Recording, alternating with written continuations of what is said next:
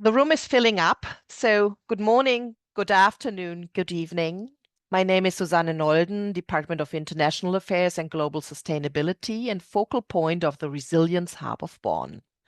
Since 2023, Bonn is one of the cities in Europe that promotes resilience and the Making Cities Resilient 2030 initiative of the UN Secretary General's Office for Disaster Risk Reduction, UNDRR, through experience exchange, peer learning, and outreach in the urban context.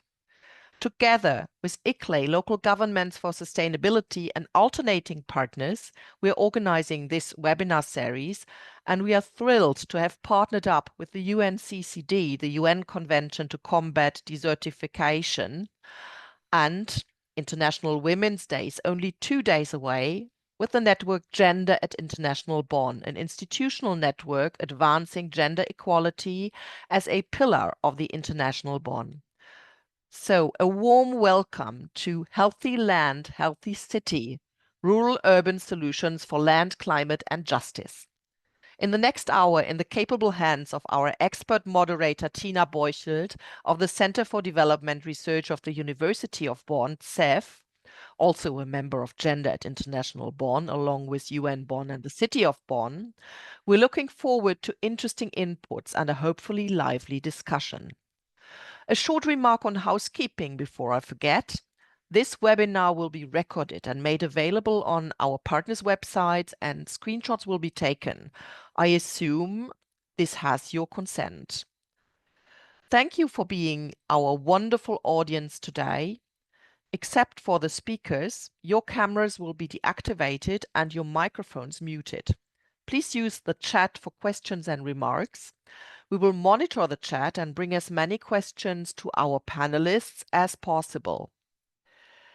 Same refers to questions to the audience. We'll do a little poll later on, where we will collect answers in the chat.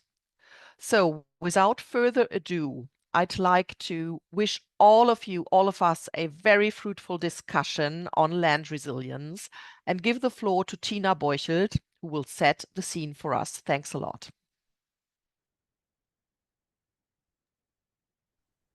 Thanks a lot, Susanne, for these very kind words of introduction.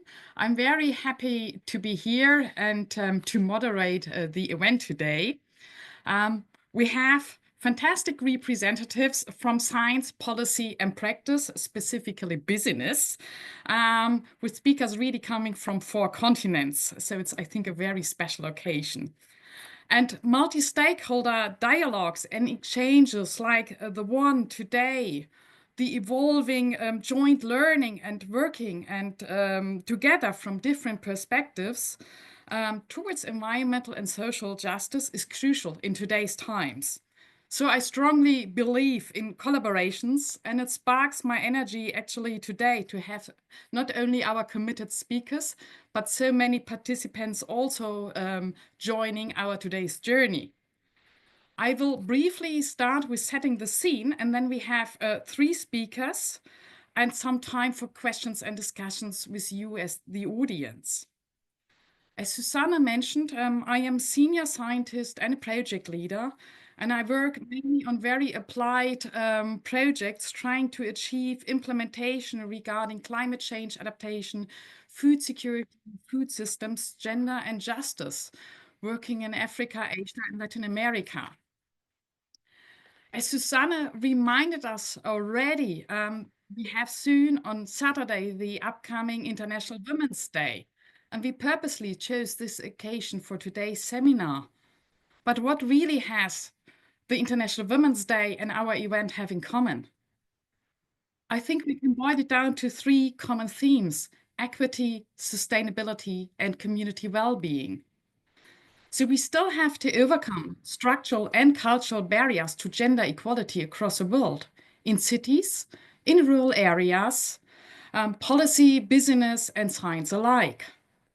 Science has proven in thousands of publications that we have more economic well-being, more peace, more development, better environment protection, more food security if women are involved in decision-making processes, if discriminating norms and laws are changed, and if we achieve more gender equality. Climate change, drought, water stress, or floods affect rural and urban areas alike. Especially cities in the global south are hard struck. Women are then usually more affected than men due to prevailing systemic inequalities, discriminatory norms, and caregiving responsibilities. At the same time, women are underrepresented in decision-making. They do not have the same access to resources, be it land, farm inputs, housing, credit, or business opportunities. In urban and rural areas, injustices still occur regarding access to essential services like healthcare, education, transportation, sanitation, or to advice and extension. And this is valid for all countries across the globe. It is important to highlight that, of course, not all women or men are affected the same. So the richer, more educated you are, you have less to worry about clean drinking water or affordable, healthy food than women or men coming from poor or migrant families or from marginalized communities. So we have to acknowledge and address these intersecting dimensions of discrimination, be it due to age, marital status, class, religion, ethnicity, income, or migration status. And these intersecting dimensions of discrimination need also to be part of healthy land initiatives, which focus on restoring ecosystems, improving soil health, and promoting biodiversity through sustainable land management practices. Environmental and social aspects need to be combined. Healthy and nutritious food is mainly produced in peri-urban and rural areas, so we need to strengthen the rural-urban linkages so that farmers can make a living and sell their products at fair prices, but also that cities have a good supply, especially for the poorer and migrant inhabitants. Food supplies are crucial, but the topic of healthy cities goes much further, integrating environmental sustainability into urban planning by promoting green spaces, clean air, drinking water, or renewable energy. Urban, as well as rural planning, needs to be gender inclusive. That is, planning that considers the specific needs of women or marginalized communities, such as safe public spaces, well-lit streets, accessible transportation, and facilities that support the caregiving roles. It is about designs that encourage women's participation in public life and reduce barriers to mobility, which is, of course, also needed in rural areas.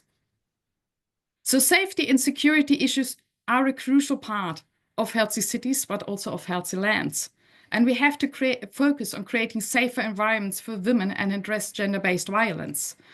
That is part of planning and land management projects alike. We need household and community programs that work together with women and men to transform discriminatory norms. Science here has portrayed many success stories. And science has also shown that when men get on board like male champions, they can contribute to change in governments, NGOs, science, and business. So we have to question the traditional picture of a world that is formed through the eyes of ruling men to one where the perspective of all eyes count. And we can achieve this through global and local collaborations and grassroots actions, through more participatory governance initiatives, and involving women and men from different social groups in decision-making. Gender transformative policies, socially inclusive policies related to land management, climate change adaptation, urban planning are another cornerstone. And the good news is, and you will hear examples today, that there is progress. Many initiatives are happening. And this is, I think, why we meet today. And I'm really looking forward now to our three speakers. But we wanted to introduce a little participatory element as well. So we now have a quick short Zoom poll prepared for you. And Anina, thanks. She's already showing the first question. Where in the world are you joining in? Please hit in your numbers. And yeah, we can see already people starting to entering. Not surprisingly, South America is not really participating because it's midnight or now after midnight, but still a really night there. And also in Australia, it's getting already late in the evening. So we have mainly Europe and Asia participate, Europe and Africa participating. Great. Let us move to the second question. And Anina, will you blend it in? so that all can see it. The second question is actually, yes, from which role or which institutions are you coming? National, local governments, NGO, UN, or private sector research?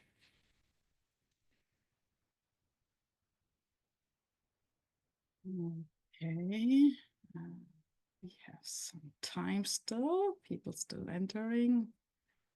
Okay, yes. So it's some from local and national governments, NGOs more, private sector, and a lot from research academia. Oh, that's fantastic. I'm happy to see many people from that sector being a scientist.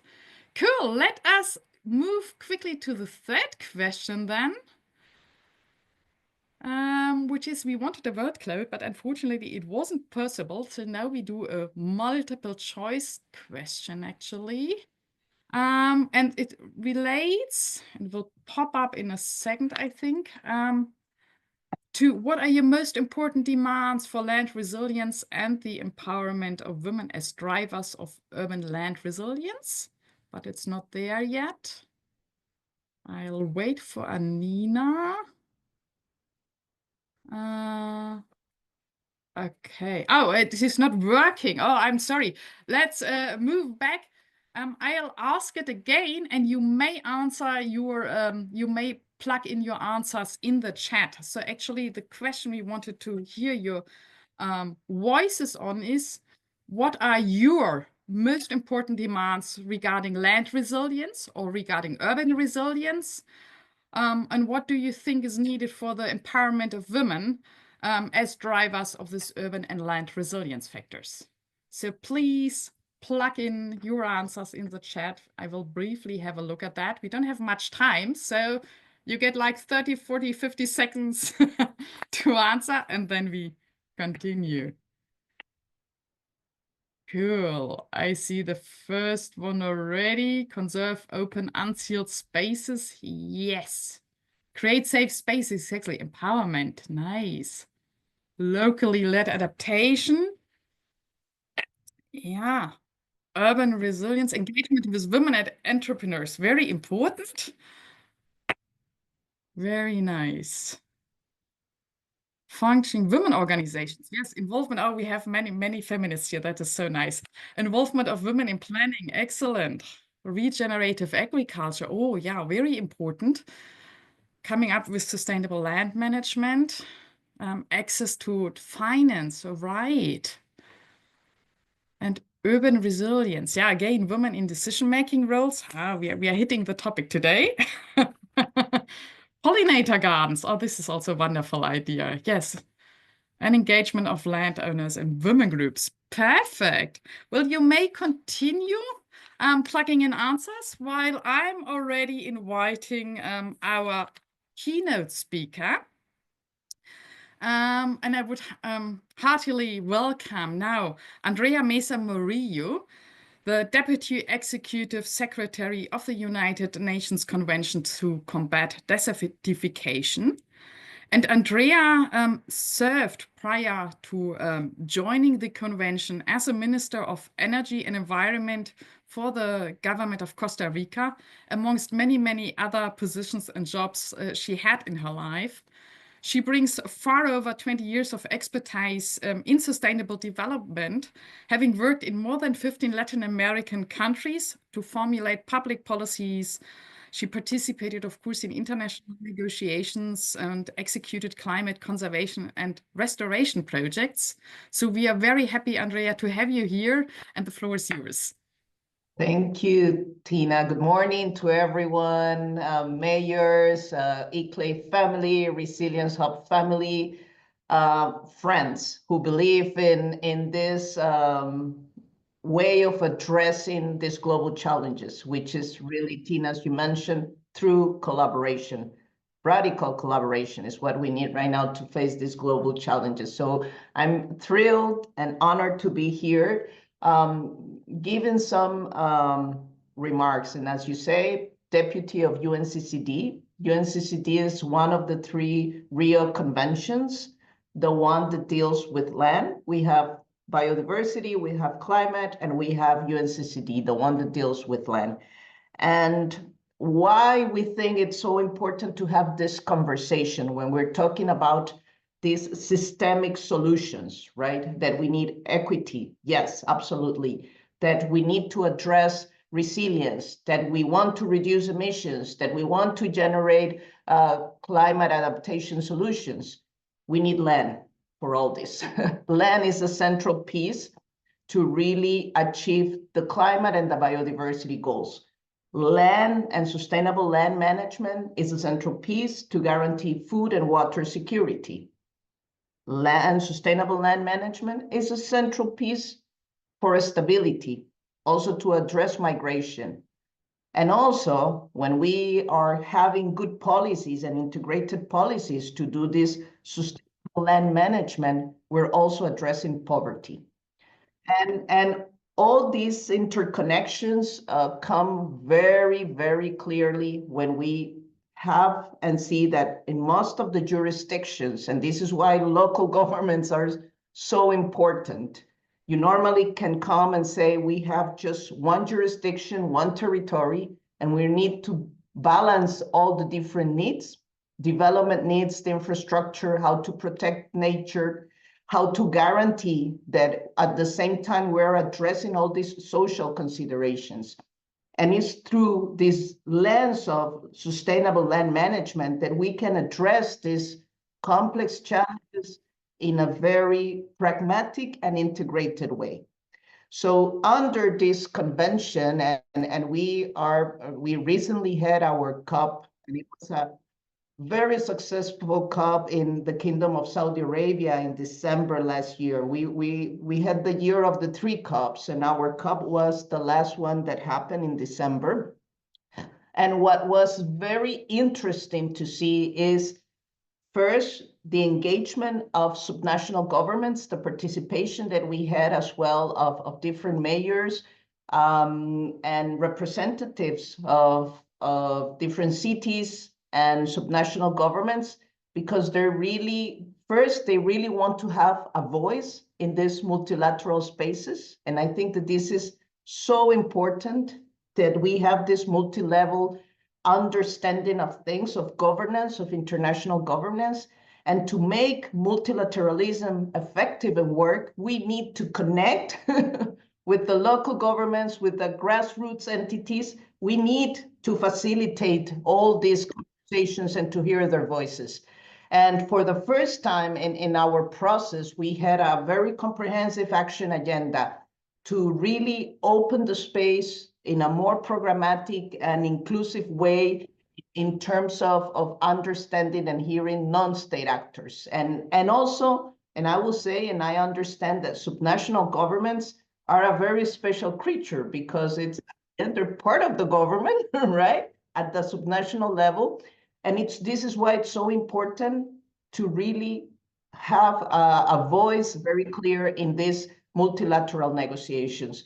But I will say that more than that, at the end, what we are hearing very clearly is that to build resilience, this land management, it's a critical piece, it's a building block, that governments and subnational governments have a critical role because they're playing and they have the competencies, as you mentioned, Tina, of land use planning, which is, you know, a tool that we need to really make operational in many different countries. And for this, we need a lot of capacity building. We need a lot of technology transfer. We need that resource, that mobilization of resources.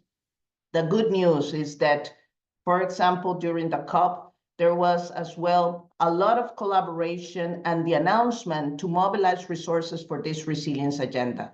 So I think that it is also important that the different governments come together, join the different alliances. There is on one hand, the International Drought Resilience Alliance, that was also the partnership, the drought partnership that was launched by the government of Saudi Arabia, committing resources to support different projects at the local level to generate resilience.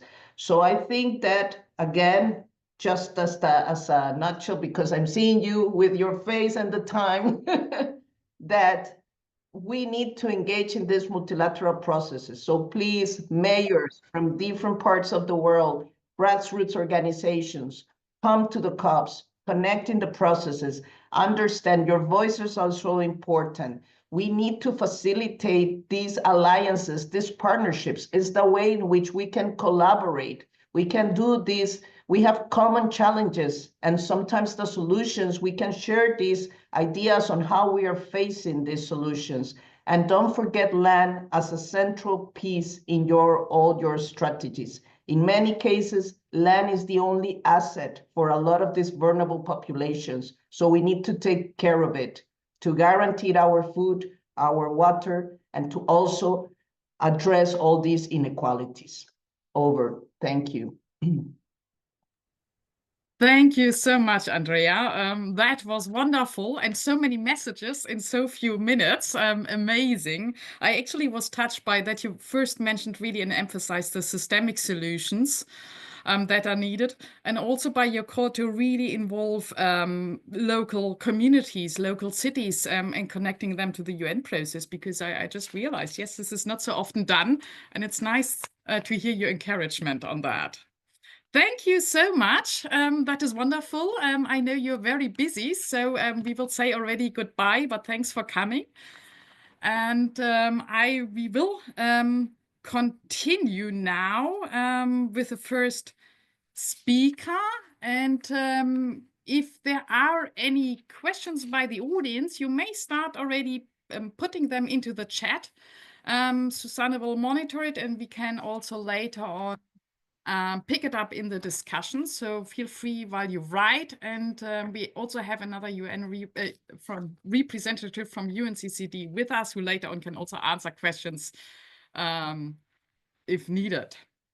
Great. So, and with that, let us move now to the two practical examples. The first one more addressing rural-urban linkages and resilience and social equity, while we have two speakers addressing these topics from very contrasting perspective, approaches, and experiences. So Rokiatou Traoré, the first speaker, is from Mali in Africa, and then we have another speaker from a city in Bangladesh, and I'm very excited. So Rokiatou, I will briefly introduce you. Rokiatou Traoré is a green entrepreneur involved in creating economic and environmental and social impacts in Mali. She's actually one of the UNCCD land heroes. She's very committed to addressing critical issues such as poverty, climate change, and food insecurity. She is the founder of Heru Alliance, a social enterprise that also empowers women and youth by establishing sustainable moringa value chains in Mali. And I think I read your ambitious goal is to plant 10 million moringa trees and build a network of producers of women producers by 2030. So Rokiatou, welcome. I'm excited to hear about what you are doing. Thank you very much, Tina. So hello, everyone. Thank you to the Bonn Resilience Hub, the ICLEI, UNCCD, and the Gender International for organizing this webinar. So as you said, my name is Rokiatou Traoré. I'm a green entrepreneur, and our ambition is to turn the Sahel into an oasis where we'll be having trees everywhere, where women and young people are empowered, and where source of incomes come from agroforestry. We believe in it, and we've started with moringa, and we also intend to also add other high value, high nutritious trees that women can actually plant and have an external source of incomes based on the tree producers. So at Heru Alliance, we are developing an inclusive value chain around moringa and other high value species. So we train women and young farmers to grow the trees. We support them with trainings, with entrance like high quality seedlings, and once they plant it, they become our effective suppliers of tree leaves, seed, flowers. That's raw material for Heru Alliance, but that's really source of incomes for these women. because they become more effective suppliers of this produce. And that's a way also to enhance their source of incomes. And also we work on how to make them owners and using the lands, because lands is also an issue in Mali, especially for women and young people. But they are the most vulnerable people, and they have lacking land. They really don't have access to land to plant the trees. And once they plant it, they also include other young people, other women to be part of the project. And we have a processing plants where we process the products into edible products such as tea, nutritious food, to also address malnutrition and related diseases. So that's interactive, and that's a circular economy that we are building around agroforestry to address desertification, deforestation, women poverty, and malnutrition in the Sahel. Thank you. Thank you so much. Amazing activities, which you briefly highlighted. I'm actually really impressed about your enterprise, and that often it's only development projects and you do a business out of that. So this is what we need. I think I see already first questions coming in. We first take our second speaker, and then I think we do a joint discussion. Yes, I would love to introduce Moinul Islam. He is an urban planner of, now the city name was a bit complicated, Narayanganj City Corporation in Bangladesh. And he is a specialist by training in urban governance and planning, and works at the City Corporation since 2006, focusing on sustainable development and local governance. And his main areas of work or interest include transport, urban regeneration, environmental planning, climate change, development control, and urban governments. And before I give you the word, allow me to briefly introduce your city corporation, because from a German perspective, it's quite impressive, because you have more than 7 million inhabitants, being a major textile and garment hub with a large migrant labor force. You probably come to that in your talk. So we have here a strong rural-urban linkage, but regarding labor. And yes, I mean, coping with the size of population and migration, it poses additional challenges, especially when you look at the question of resilience, social cohesion, and equity. So I'm very much looking forward, Moinul, now on hearing your experiences. Thank you for inviting me in this August forum. So first of all, Bangladesh is a small country with a growing economy. So my city is very close to capital city Dhaka. It's 21 kilometers from the capital city.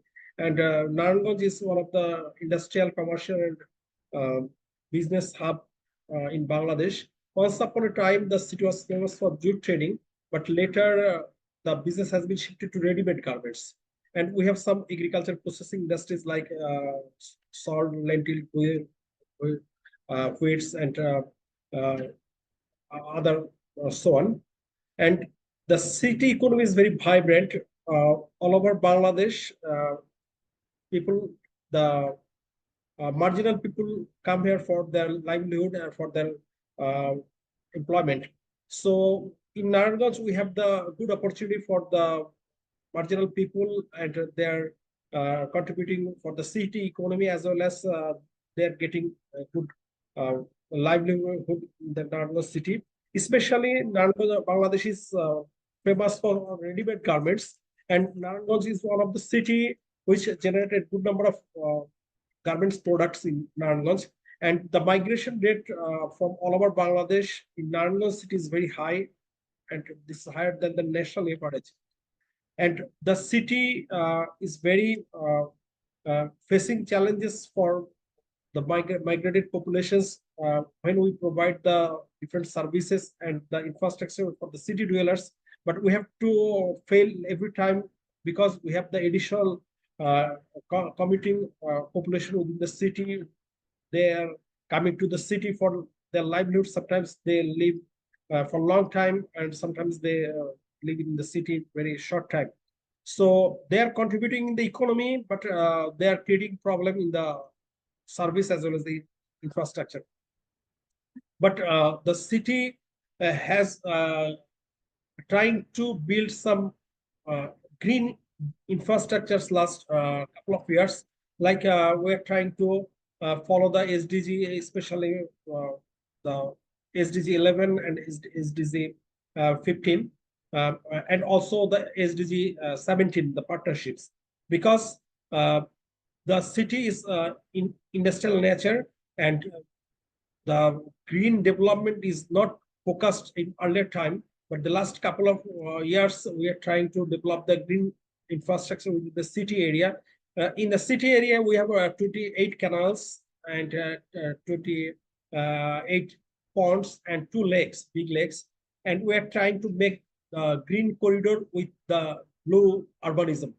So this is our main focus on green and blue development within the city area. And the last 5 years, we restored one of the canal, which received international award, 2 international awards from UN Habitat in 2016 and other in 2023, which is the LIPCOM award from Malta.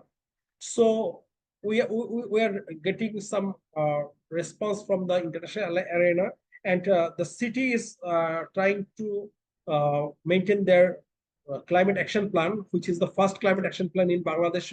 We prepared this climate action plan with the help of ICLEI South Asia. In the climate action plan, we have 9 sectors and 24 recommendations in different sectors. So we try to accommodate these recommendations, climate recommendations, in our different development activities. And the cities also has the GCOM badge, which is the climate adaptation and mitigation badge as well. And we are also addressing the climate in very crucial manner. And the city has lack of public space. We are trying to make more public space with green and blue network. And this will be helpful for the climate and also the firefighting activities, as well as we have good green and blue space. Biodiversity will be increased, and we are trying to also implement some NBS, nature-based solution with the local IUCN office, and we are trying to make some local guideline which will increase the nature-based solution in different water bodies and also the green corridor. And for the public space development, the social cohesion is increasing in a significant manner, because earlier the city has lack of public space. The social cohesion activities was very limited. But now we have the good public space. People are enjoying the public space, and they're having some get together, and the social cohesion is increasing. So after all, the public space development with green and blue network, it creates a significant impact for the city life, and also for the livability of the city. So we think we are working for the sustainability of the Narayanganj city and livability, as well as we are implementing the resilient activities. So now we can call Narayanganj is more resilient, sustainable, and livable for considering the earlier time. So we are focusing the SDG 2030.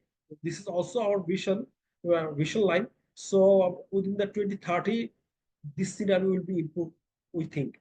So that's all from my side. Thank you for giving me the time with your patience. Thank you so much, Moinul. That was very interesting to hear your activities,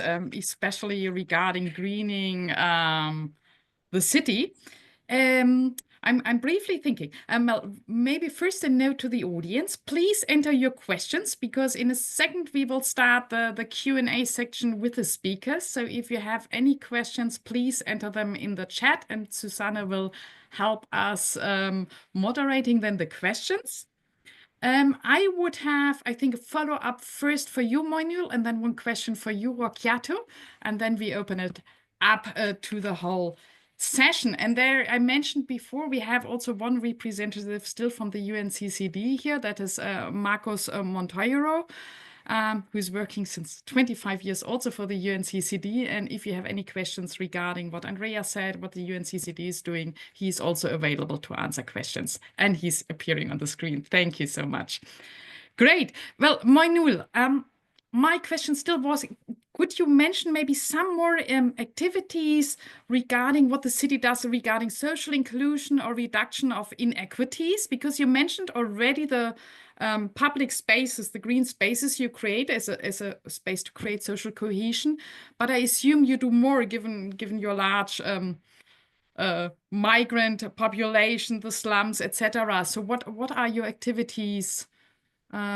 If you could dwell a little bit more on that, that would be, I think, very interesting for the audience as well. Okay, thank you. In Narayanganj city, we did the city area. We have 95 slum area, especially the low income people live in the slum area, and we have the community development committee. We have direct communication with the slum people, and we have the different communities group. And within the city council, we are giving them some soft loan and some small infrastructure, as well as we provided some training for their improving their livelihood.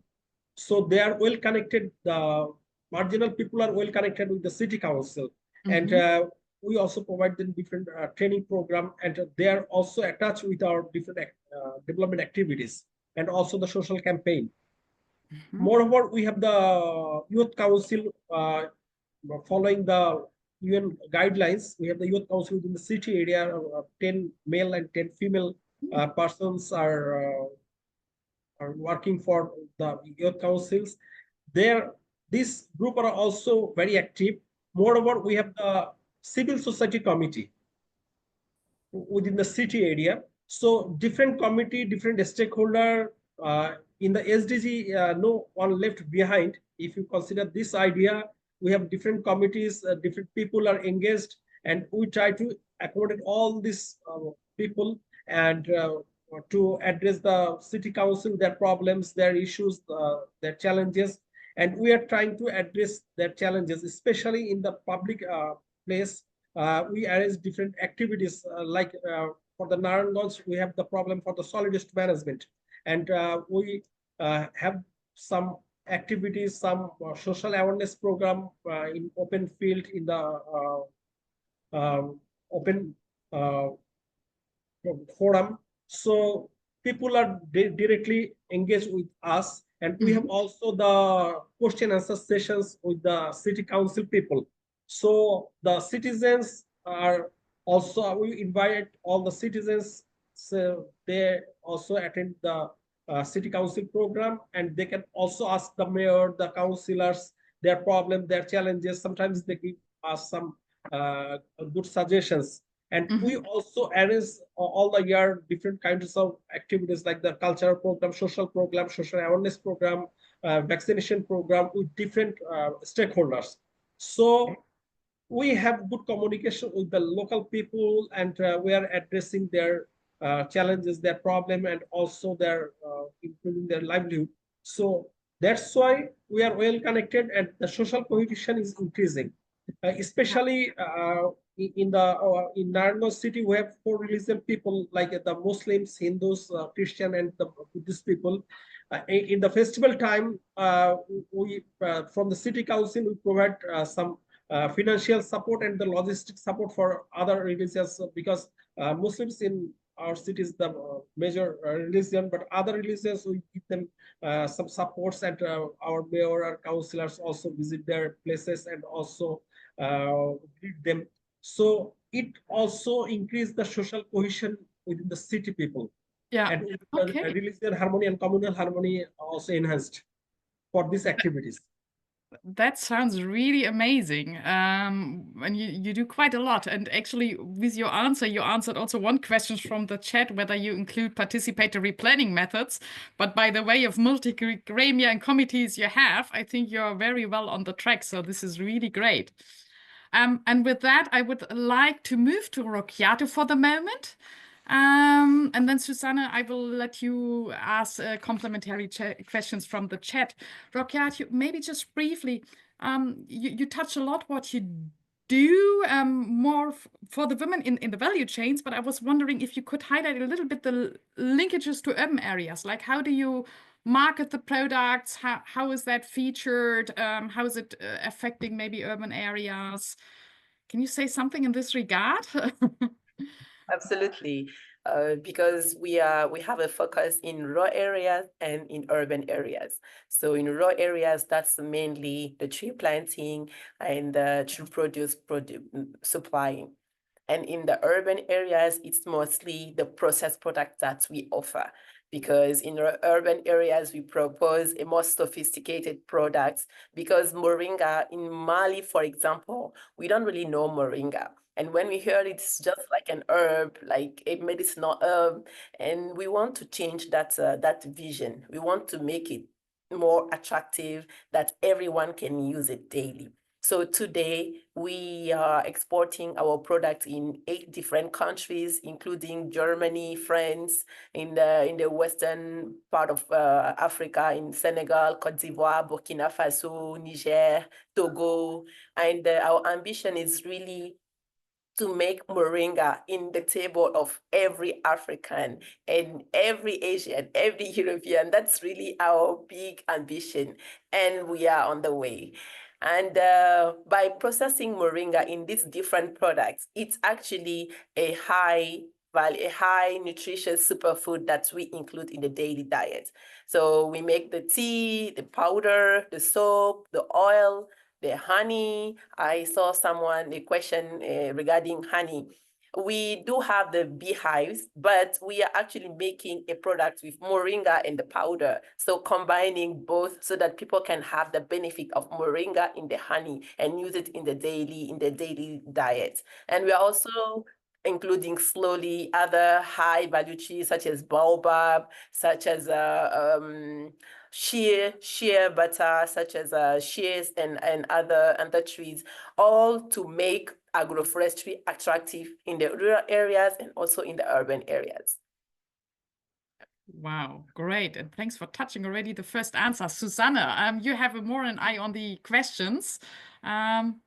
Yeah, and actually, the questions I have here are directed to Rokiatou Traoré. So the first one is one on the land rights. How do you address the land rights? We all know, and Markus might be able to step in there as well, that women's land rights are still a problem in many parts of the world. And the second question is, what are the specific challenges of your work? And perhaps there's even a connection. So I word both of these questions. Okay, thank you, Suzanne. Yes, that's definitely the biggest challenge that we are facing, land rights. But what we do is to work continuously with chief of villages. So once we pick a village, we collaborate with the chief of village by explaining our business model and by showing how our product can be beneficial for women, for men, for the whole communities. And with the chief of village, we managed to also get some portions of lands where women can plant the trees. So it's usually those degraded lands and the lands that they don't really use, or sometimes we manage to get a portion of the husband's land so that women can plant these trees. And we also collaborate with other NGOs, these international NGOs who actually acquire the lands, and they make it under the name of a group associations of women. So in that case, they can be able to raise money to contract some loans from the bank because the land is under their names, but it's still a big challenge. And the second challenge that we have, it's really water, irrigation, because we are in the Sahel. It's dry, and we barely even have 3 months of raining seasons. Last year, we had floods, like we had water everywhere, and this water killed most of our trees and our seedlings. That's really the problem that we are trying to address, either too much water or not enough water. So that's one we are addressing with more partnership with these women, and also trying to implement some local ways to address the drought and also the floods. And it's also including drip irrigations in the areas and using boreholes. Like with moringa, for example, that's even one of the reasons why we've chosen moringa. It doesn't need a lot of water. It doesn't need to be irrigated like every day. And it's a very resilient. After a year, the roots go deeper. And in that case, you don't need to irrigate. And the third challenge we do have is actually that moringa is not known. It's not like cotton or maize or even shea that are known, and there are many fundings behind those crops. It's not moringa. It's not like moringa. So it's also raising awareness, also choosing other experience to share with these women, and also the success stories that we are already having with the women, because the women with whom we are working, we've reached 2,000 women, and every time that they harvest the trees, we come to purchase the leaves, the seed, the flowers, and that's additional incomes. And that's raising incomes. Like sometimes they are even every month they can get those incomes, others to every 2 months. So these are also incentives that we share with women to also address our challenges. So I think with that, you already addressed the question on how you ensure equitable benefit distribution from the Moringa entrepreneurship, and for women especially, and also for other marginalized groups. Thank you very much for addressing these questions. Handing over to Tina again. Thanks a lot, Susanne. I think I look at the time. We had one question to Marcos Monero, actually. Marcos, if you could let us a little bit know from a gender perspective of the COP outcomes from the UNCCD regarding to gender inclusions, that would be great if you could just say a few words on that. Thank you so much, Tina, and I would like to use the opportunity to thank the City of Bonn and ICLEI for organizing this event that we are having today here. Indeed, there was our COP was quite successful. We have very important decisions that they were taken. Some of them have been already presented, but it was specific ones on land tenure. As you know, our convention is the first one that address issues of land rights, and it was something that was promoted mainly by the civil society organizations and other groups. And within this context, what we have been working a lot is in the issue of women's land rights. As Rokiatou has mentioned, this is an issue because, of course, depends on the cultural and social situations in the different countries. And women's, youth, and indigenous peoples are in situations of vulnerability. So that's why, together with other partners, including the sister conventions on biodiversity and climate change, we have been trying to promote the work on this. And in the decision taken at the COP, in addition to reaffirm the importance of the implementation of the Gender Action Program and have more inclusive participation in the delegations of the parties attending the COP, but also in all the levels of the decision making, including from the local to the international level, for the participation of women.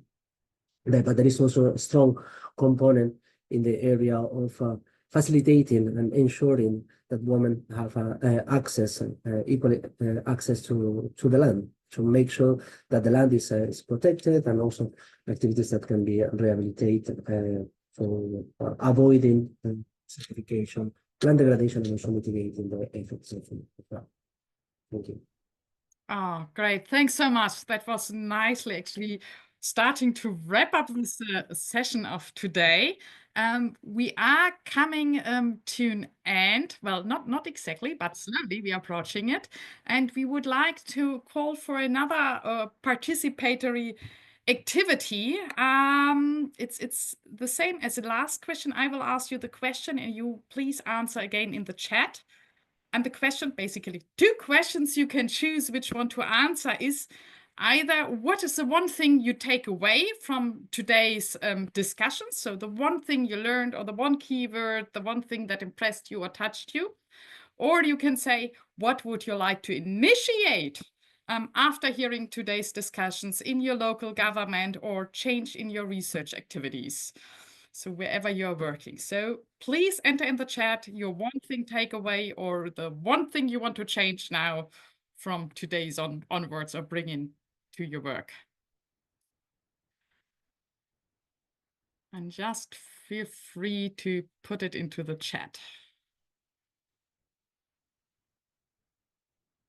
We have a brief minute to think about, and then you may participate. I see there are even more questions coming in. No, the question is now your key takeaway. Please feel free to write something in the chat. Don't be shy. It's also for us a kind of what you learned from today, getting a little bit of a feedback, or what would you like to initiate, or what impressed you of today. Let's see if something is coming up. Here, inclusive planning and land governance. Very impressive, nice. As a key takeaway. Okay, benefit of collaboration at various levels. Excellent, yeah. And the amount of planning that is required to make change happen. Yes, that is key. More efforts to green cities. Yes, very, very, very important. And somebody learned more about the Drought Alliance of the UNCCD. Very nice. There's so touching things coming in. Hang on, I can't see all at the same time. Yes. People got their interest sparked in the topics of today. Cool. And they enjoyed the ambitious vision despite all the challenges and thinking so many SDGs together. Fantastic. Wonderful. That is actually quite touching. Thanks a lot for your contributions to that question. I feel now really happy. I immensely enjoyed today's conversation, and I really want to thank a lot to all speakers for sharing their valuable insights, experiences, and thoughts, and also to you, the participants, of engaging and having you all here and listening to us. And I'm not the one closing, but I would love to hand over to David Giacompoli. He's the head of the Resilient Development Team at ICLEI, World Secretariat, and he will give us a wrap-up and his closing remarks to the session. So David, happy to have you here and to listen to you.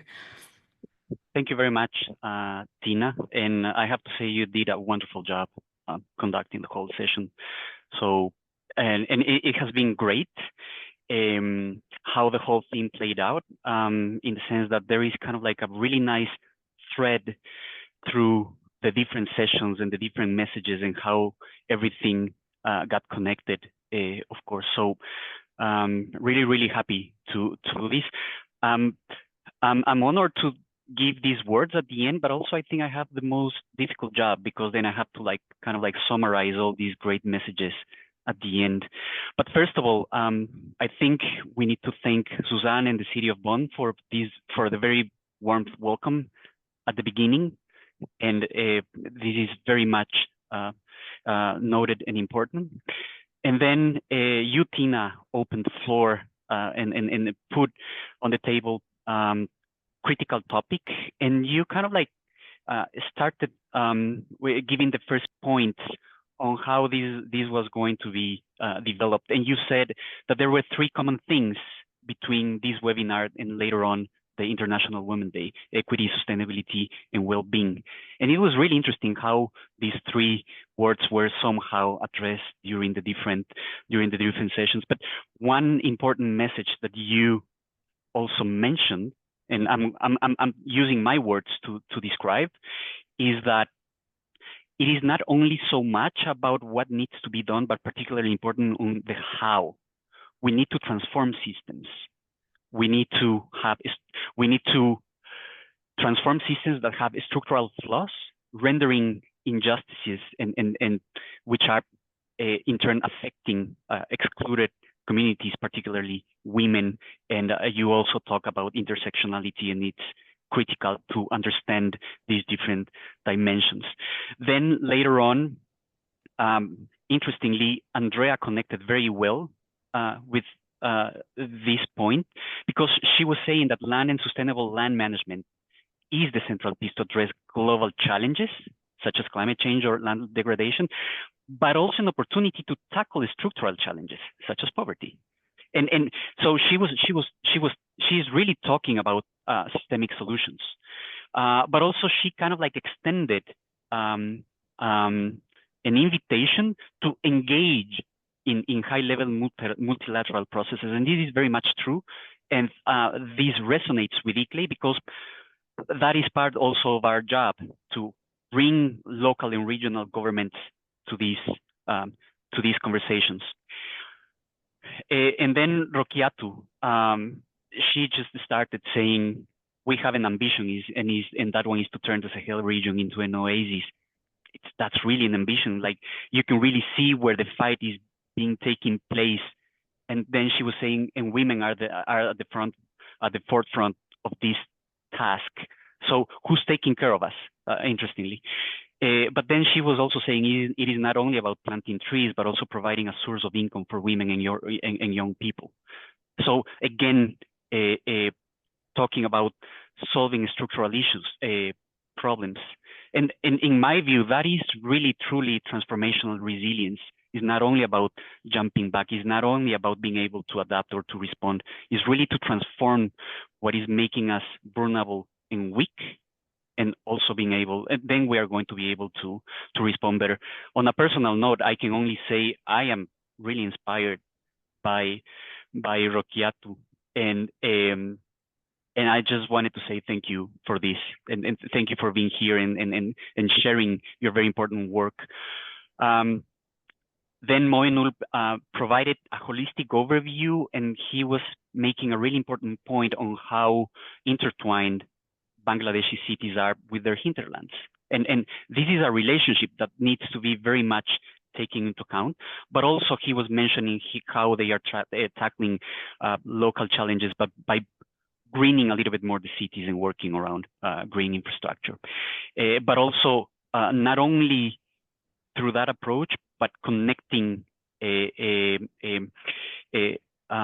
dwellers from excluded communities with local authorities and providing opportunities to really participate. Marcos at the end also was explaining the UNCCD approach, and he was speaking about land rights, and women and land rights is one of the core issues that affect or hinder our ability to tackle all these issues. So, and with this note, I would just like to say thank you to everyone. Also stay tuned for the additional agendas that ICLEI and the City of Bonn offer through their in cities or any other processes that we have. And with this, again, thank you for all the speakers, for all the wonderful comments and messages, very important, all of them, and hope to see you again sometime soon. Bye.